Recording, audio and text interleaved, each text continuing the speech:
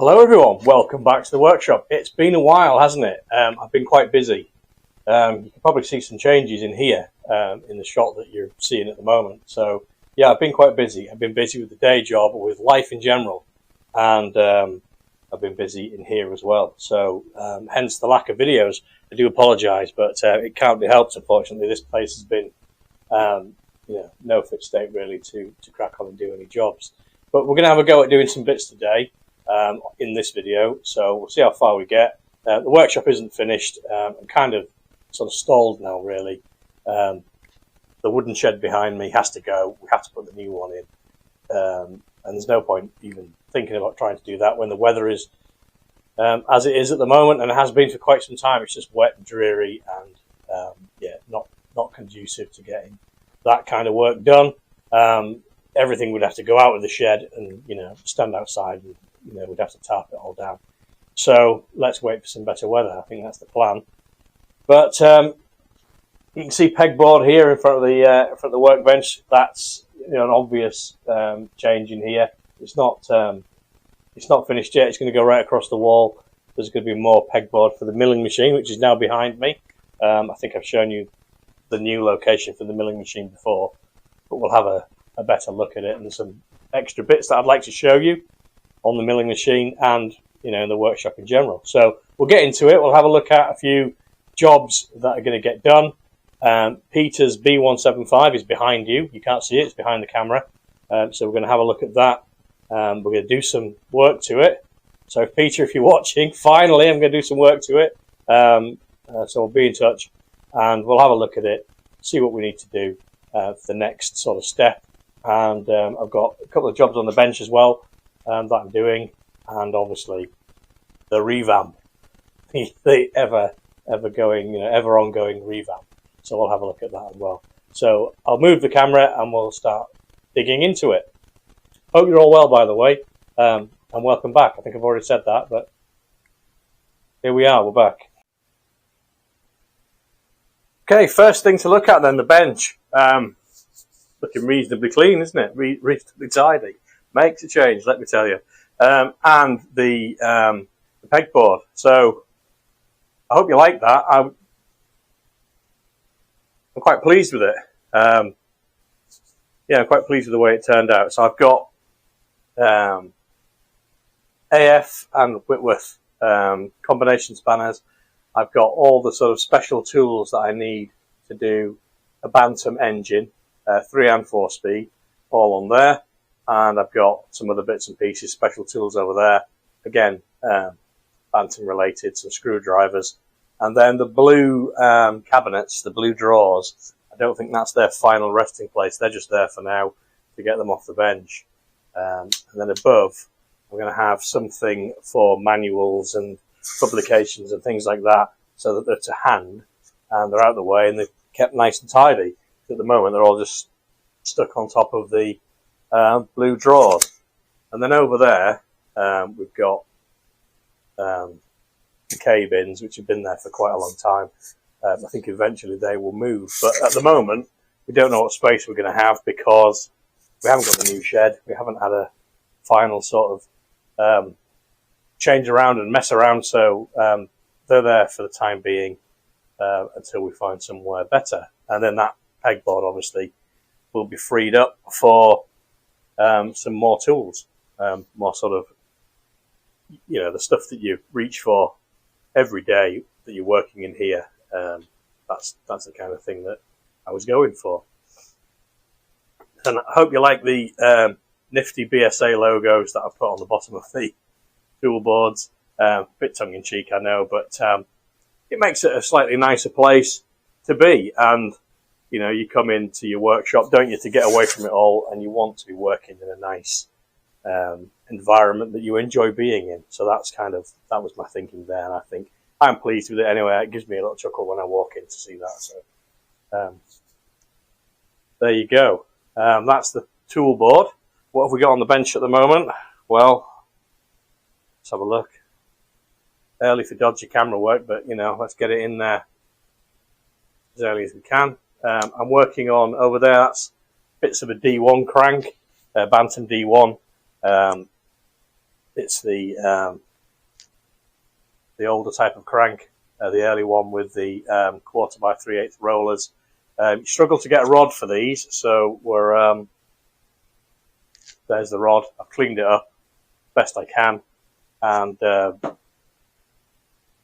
yeah, the pin's a bit of false brindling on that pin. It's had a bit of a life, but it's not terrible, but it's not great. So I'm rooting through my bits and pieces because I'm fairly sure I've got a better early pin somewhere, but might have thrown it out, I don't know. But I'm looking at the moment anyway. We're seeing what we can do to get this crank back as a runner. Both the shafts are knackered. They're all corroded on the seal surfaces. So we have a pair of shafts, and just pick a handful of those up. There's the old rollers. I don't know if you can see those in my hand. So that's one little job that's going on at the moment. And then just hanging around. Got a cup of tea, of course. I'm going to have a bit of that in a minute. And then a couple more cranks over there, waiting attention. And, speaking of old cranks, Mr. Tweed and I recently went for a little road trip. We went over to, up the way to Telford. That's northwest of us. Telford, to the classic dirt bike show. That was pretty good. Lots of very nice bikes and some pretty scary monsters there. Mako 490s and things like that, CR 500 Hondas and KX 500 Kawasaki's. And there was lots of guys walking around on crutches. So you know you're at a dirt bike show when there's lots of guys walking around on crutches. Those things just reek of hospital food, don't they? But yeah, Tweedy and I had a good day out up there. We saw Michelle from Rexcorn up there as well, so I had a chat with her on her stand. So it was a great day out. So thanks, Tweedy, for coming along with me. I really enjoyed your company, and it was a good road trip. We had a really good grumble in the car on the way up, and then another really good grumble in the car on the way down. So yeah, it was proper. Certainly passed the time, and we enjoyed it. Right, under the bench. Get back to what we're doing. Under the bench, you can see it's just as chocker as it was before we started the workshop revamp. Major changes that the compressor now lives under there. It's got a remote drain down, so I can blow the tank down when I'm done using it and get rid of all the condensate without having to sort of crawl around too much. So that's made life easier. But it's all hemmed in at the moment with all kinds of stuff. And those boxes that you can see are for the milling machine. And I decided that it was time to finally get a DRO fitted to the milling machine. So that's the DRO kit. So that's going to be an ongoing job in the very near future. I probably won't film it because there's so many videos of people putting DROs on milling machines on YouTube that, there's very little I can add. In fact, I'll probably detract from it, knowing me. But there you go. I'll probably show you it at the end when it's all done and point out any pertinent points or difficulties that I had to overcome, that kind of thing, for anybody planning on doing it. But that's all that stuff down there. Right, let's move you around again. And we'll have a look at the milling machine. I don't know if you can hear the noise of the heater, excuse me. And the heater's running because it's pretty cold at the moment. That thing gets it nice and toasty in here. So there's the milling machine in its final place. And that corner down there, I've got the ultrasonic cleaner stuffed in there at the moment. Undecided, I think some sort of storage. Some of my viewers have said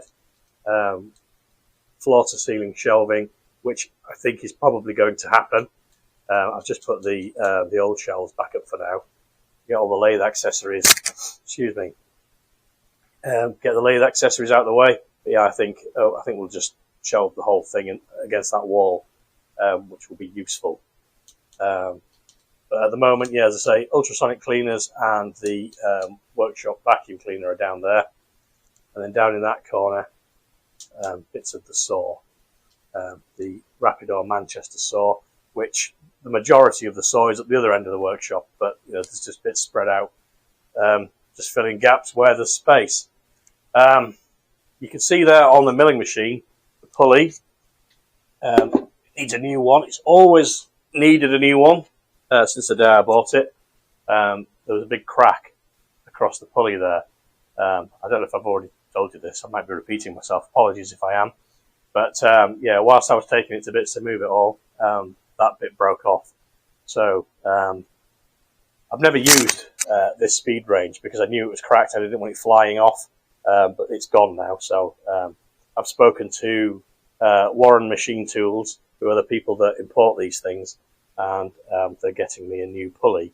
But it takes 12 to 16 weeks, I think they said, to get the pulley. So, excuse me, kicking the camera. Yeah, so we've got to wait for that. But at least we've got one on order. And if need be, I can put that back on and use the other speed ranges, you know, to get it going. But yeah, haven't needed to for the time being, and I do plan on putting the DRO on before I use it again in anger. I'm going to put new hand wheels on as well, because it needs a hand wheel on that end. I thought, well, I might as well get 3 matching hand wheels, because I can't get these hand wheels anymore. So I'm just going to get 3 slightly more modern looking hand wheels, same size, you know, exactly the same diameter and fitting, but that's another job that needs to be done. And then on top there, on the milling machine, there is something new that I've bought. So I'm going to get that, take you over to the bench, and show it to you.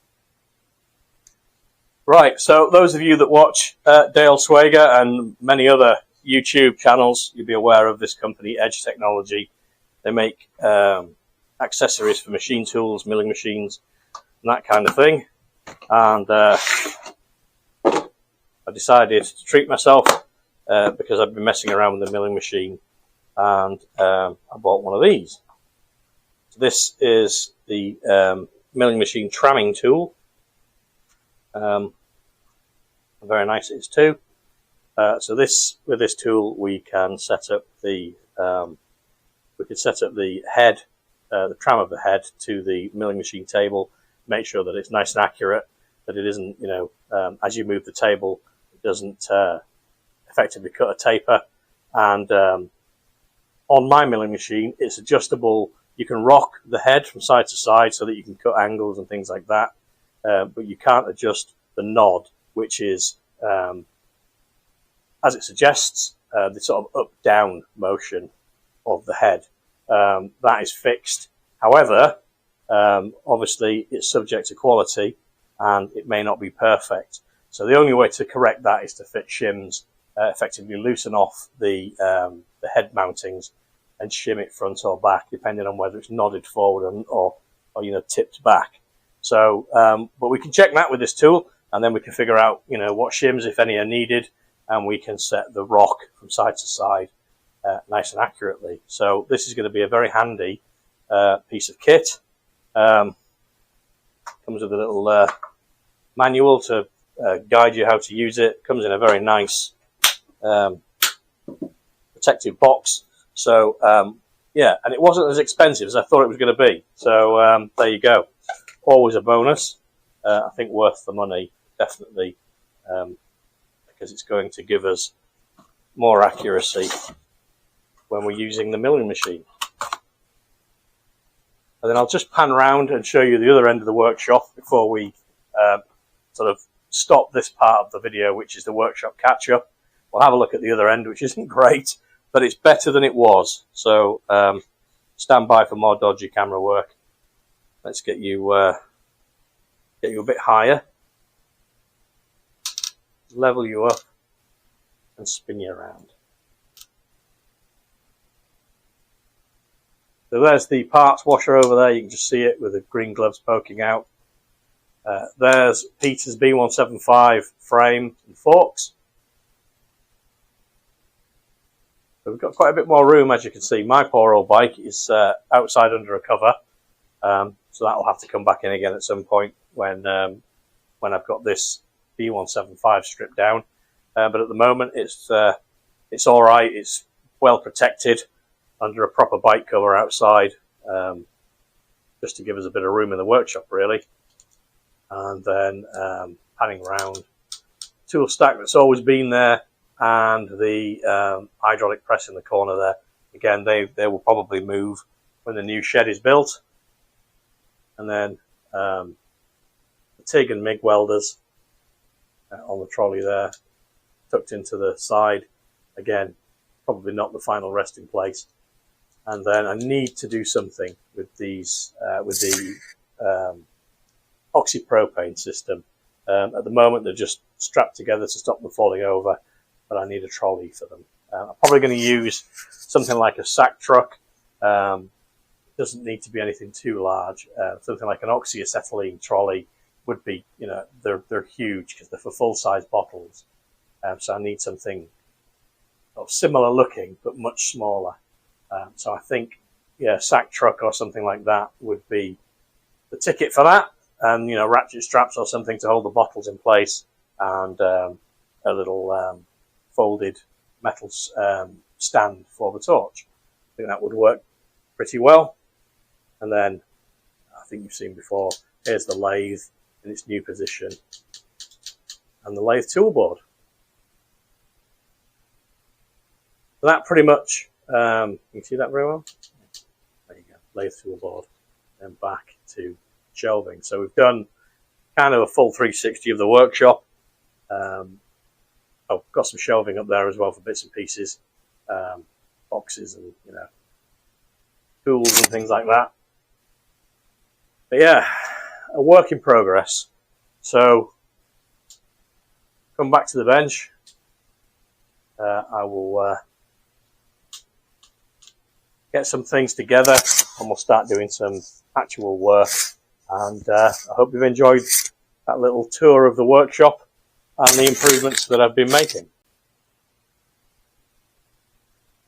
Right, looking at a wheel then, front wheel of Peter's B175, and I've already taken the bearings and the spindle out of this, and yeah, you can see it's pretty grotty in there. The brakes were completely stuck on. I couldn't get the brake drum out initially. I had to warm up the drum with the oxypropane torch, and eventually it came out. There's bits of brake lining stuck to the drum surface, and yeah, it's pretty rusty in there. Peter was always planning on getting these wheels professionally rebuilt, so that's the sort of route that we're going down. I've spoken to the wheel builder that's going to do them, and they're perfectly happy that they've got one of the larger wheel building houses in the UK, and they're, as I say, more than happy that they've got all the dimensions for a B175. We don't need to do any measurements. We can just chop the spokes out, clean up the hubs, and pack them up and send them out there, and they will put new rims, re-spoke, and new rubber if that's what Peter wants. But before we get to that stage, we need to clean all this up. I'm going to skim the drums, so I need to make a tool, a driving mandrel, which will fit in this side, because I don't really want to hold this little bit here in the lathe if I can help it. So I'm going to make almost like a dummy bearing with a spigot, a mandrel on it, so that I can drive the hub in the lathe. And then at this side, I'm going to make another little dummy bearing with a center drill in it, so that I can put a center in and keep it all nice and rigid. And then I can get in there with a boring bar and do the business, make the drum a bit nicer. But before we do that, obviously, we need to get it chopped out, and we need to get it cleaned up, de-rusted. Now, you look at these spokes and you think, well, if you're doing a kind of a lived-in look of bike, you know, these spokes don't look too bad. They look all right. In fact, they are all right. They'd probably go again and be fine. The rim's a bit rusty, but doesn't look too bad on the outside. The problem is, if I can find it, the problem is here, where the rim is, basically, it's going out of focus. The rim is basically eaten away there. I can get the scriber right in there. So yeah, and there's quite a few areas around the wheel where it's like that. Basically, the scriber will go right into the metal, and yeah, it's absolutely lethal. So got to go. So new rims, new spokes, and I'll clean up the hubs and paint them, and then send them away. They don't need bearings because they work off cones when they build the wheels. So we'll send them without the bearings, and then when they come back, we'll put the bearings in, and see what I did there, quite unintentionally. Yeah, finish them off, but they'll do all the business and rebuild them. And the rear is very much the same. Let me grab the rear wheel. 1 second. The rear is a bit worse, actually. I think it must have. However the bike was laid up and wherever the tarpaulin that was thrown over it, I think the rear wheel must have been more exposed because. Funny old thing, the brake drum's in better condition, but some of the spokes. Check that you can see what I'm pointing at. Yeah, some of the spokes are really bad. Properly necked down, through corrosion. The diameter is greatly reduced. Yeah, in quite a poor state of health, really. I think there's an area on this rim as well where it's eaten into. Yeah, there, just there. That's not as bad as the other one, but it's quite bad. But the main thing with the rear is the spokes. Obviously, all the surface rust is pretty chrome flaking off and all the rest of it. But yeah, the spokes are the major concern. And we'll do the same with this drum. We'll give it a good clean out. As you can see, there's lots of rust. This one, the brake back plate came out a bit easier. Didn't have to heat it up, but nevertheless, needs a bit of work. So what I'm going to do now is I'm going to spare you the torture of hearing me with a grinder, and I'm going to take them outside, and I'm just going to chop all the spokes, liberate the hubs, and everything else can go to the tip, and we'll concentrate on getting the hubs cleaned up, ready to do some skimming. And I'll have to have a hunt through my metal stock and see if I've got any bar stock, but we can make the false bearings and the drive mandrel from. So that's the next job. So I will go and do that, and I will come back and we'll have a chat once I've done that. But I'll tell you what, before we do that, let's have a look around the bike, because I've shown you that the B175 is in here. So let's go over there now, have a look while we're inside in the warm. Just have a look over it, because I don't think you've ever actually had a proper tour around it with the camera. I'm not sure. Correct me if I'm wrong. But anyway, we'll have another one. If we've already done it, we'll do it again. Right, it's handheld adventure time. I think you'll see more if I go handheld. This camera doesn't zoom. So if I have you on the camera stand, you pretty much get whatever focal length the camera happens to be at. So yeah, let's go in there and have a look. So start off here at the rear end. You can see there's quite a bit of rust about.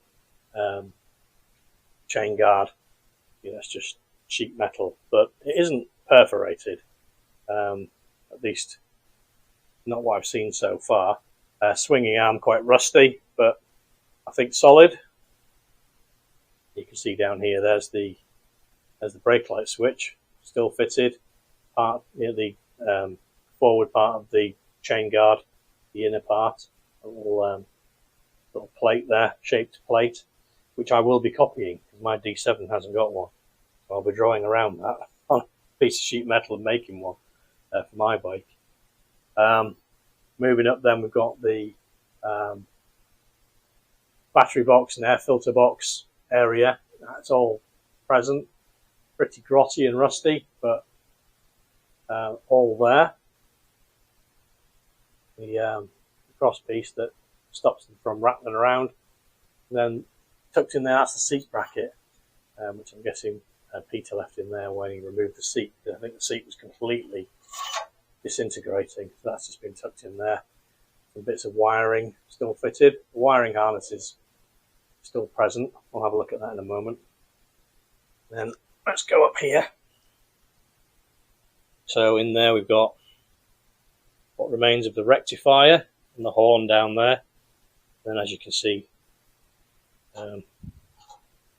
wiring harness, but we'll be making a new wiring harness because we fitted the Electrex system.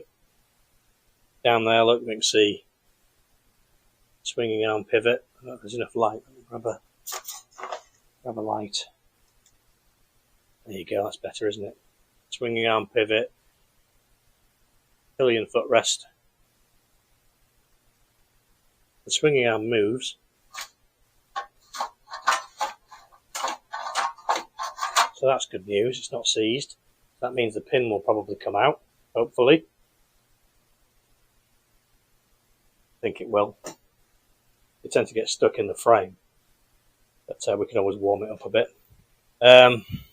That's the forward mounting of the subframe.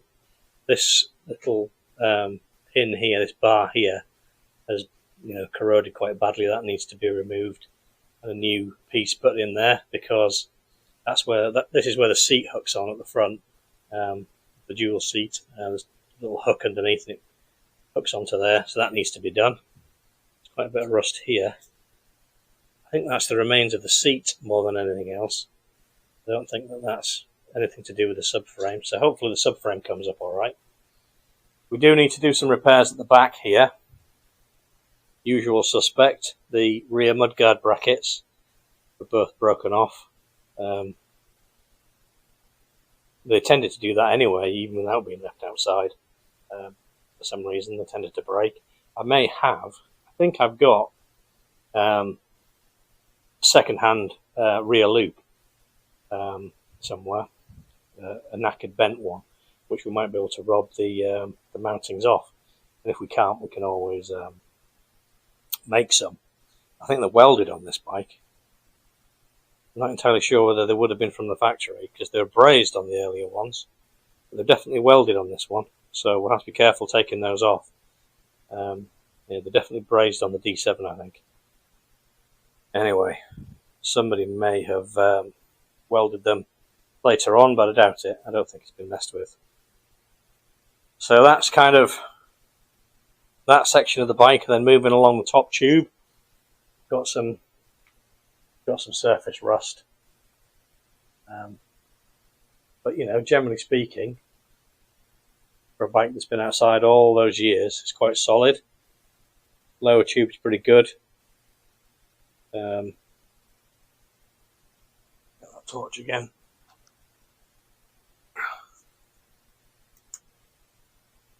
There we go. You can see the main stand is present with its spring. Footrests are both bent, which is strange. But when I first got my D7, both footrests were bent on that as well. I think if the bike goes over and lands on the footrests, they tend to bend. I don't think it's been crashed. I can't see any evidence that it's been crashed. And, you'd think it would only be crashed on one side. I think it's probably just fallen over at some stage. Yeah, the right-hand footrest is definitely more bent than the left. But we should be able to straighten that out with the oxypropane. Get them nice and warm and just ease them back into shape. So we'll go up and have a look at the front end now. Start up here, handlebar. Again, there's some rust, but I think with a bit of wire wool and oil, I think we'll get that looking not great, but certainly presentable. Same goes with the fork top caps. Again, it's going to be a survivor bike now, I think. So it will wear its age gracefully, but we'll do what we can to clean it up. Definitely think we're going to need a new speedometer though. I think you're getting a bit of glare there from the lamps, the lights overhead. See if we can get you in a better position. Yeah, I think the speedometer might be goosed because it looks like there's lots of rust inside of it. 12,943 miles. So yeah, poor old thing. Didn't do a lot before it was laid up, did it? And then, oops, you're probably better off without the lamp. Yeah, bit of rust around the headlamp rim, a little bit of a dink there. I think more likely something's been dropped on it rather than it's had an accident or anything. I think that's storage scar more than anything else. Fork legs. The forks do compress, so that's a good sign. Obviously the gaiters are in fairly poor condition, but the fact that they compress is a win, because it means they'll probably come apart and hopefully be savable. Might even be some oil in there, you never know. There you go, genuine Y-pack headlamp. And for me, I think I might have shown you this before, but let's have another look at it. Piece de resistance. The original November 77 expiration VEL tax disc, as they were known, and that's going back on the bike. I'm going to put that back. I'm going to treat it to my gift to the project will be a new tax disc holder. I'm going to buy one for Peter, and I'm going to very, very carefully take this apart and put the November 77 tax disc in it and put it back on the bike when it's finally finished, because I think that's its history, isn't it? That's its life. So that needs to go back with it and stay with it, because that tells the story that that's when it was abandoned, and then between us we're bringing it back. So yeah, bit of sentiment maybe on my part, but there you go. We're not doing it for the love. Why are we doing it? There you go. Look, there's that other footrest that's, I think it's been over off its stand and fallen onto that footrest. And then this side panel, this is the air filter side panel. Excuse me, I'm struggling to get into a good position to show you this. Look at the paint on that. So that was covered up by the side cover and the air filter, and I won't say it's like new, but it's not far off, is it? Probably the best bit of the bike. There you go. There's an original label on the rectifier there. That's the first time I've seen it. Let me see if I can get it in shot.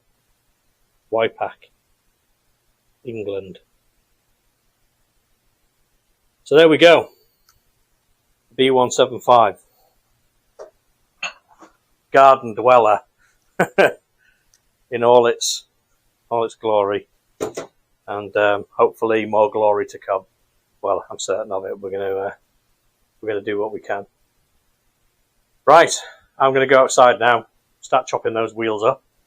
It sounds pretty horrific, but it's all part of the road to recovery. So I'll see you in a few minutes. There we go, liberated. Just a matter of minutes with the grinder to free them from the clutches of the spokes. And we've got a couple of hubs to work on. I need to remove that bearing. How remiss of me to leave it in there. But that will come out easily. So on the whole, not too bad. One area for concern around here, where this flange meets the axle tube. There's quite a lot of corrosion in there, quite a lot of rust, so we need to get all of that out of there, make sure that there's no damage before we proceed any further with it, because obviously this is a safety critical item. We don't want to be putting anything back that's going to potentially fail, but the rest of it looks okay. The sprocket came off quite easily, which can be a problem with these. Top tip, if the bolts won't come out, don't force them, because if they don't snap they might crack the housing. Sometimes you get a piece that actually fractures off. Similarly with the sprocket, if it won't come off once all the bolts are out, don't go belting it with your hammer, because again, if it's fused to the carriers, you can end up fracturing a piece of this away, and then you'll have to braze it up or get somebody to do it, and it can be a bit of a pain. So gently does it, lots of penetrating oil and excuse me, heat if needed, and eventually it will come away. But this one didn't need any such shenanigans. It came away quite well, so that was a blessing. So right, I need to get these washed and de-rusted and inspected, and then we can have a look at doing the skimming and painting them and getting them sent away. So yeah, as I say, that's it. I've definitely waffled on quite considerably during this video, so if you're still awake, well done. I applaud you. I don't know how you've done it. So to those of you who have been with me for a while, thank you very much indeed for sticking with me. The past 12 months has been quite a lot of thin and not a lot of thick, so yeah, I really do appreciate it. It means a lot to me. And to those of you who've recently come along and subscribed, welcome. You are very welcome to the channel, and I hope that you've enjoyed the back catalogue and watching the old videos, and there's plenty more to come. We've got a lot to do around here, if we can only find the time to do it. But yeah, welcome aboard. And if you are a member of my viewers who are not subscribed, and I think it's about 60% of you at the moment, please do hit the button, ring the bell, and it would help me out, and you'll get to see the videos when they come out straight away. And yeah, won't cost you a shilling. We're very good value. We don't cost anything other than your valuable time, of course, which we're very grateful for. I'm very grateful for. So on that note, I will leave you, and I'll say, mind how you go, and I'll see you on the next one. Bye for now.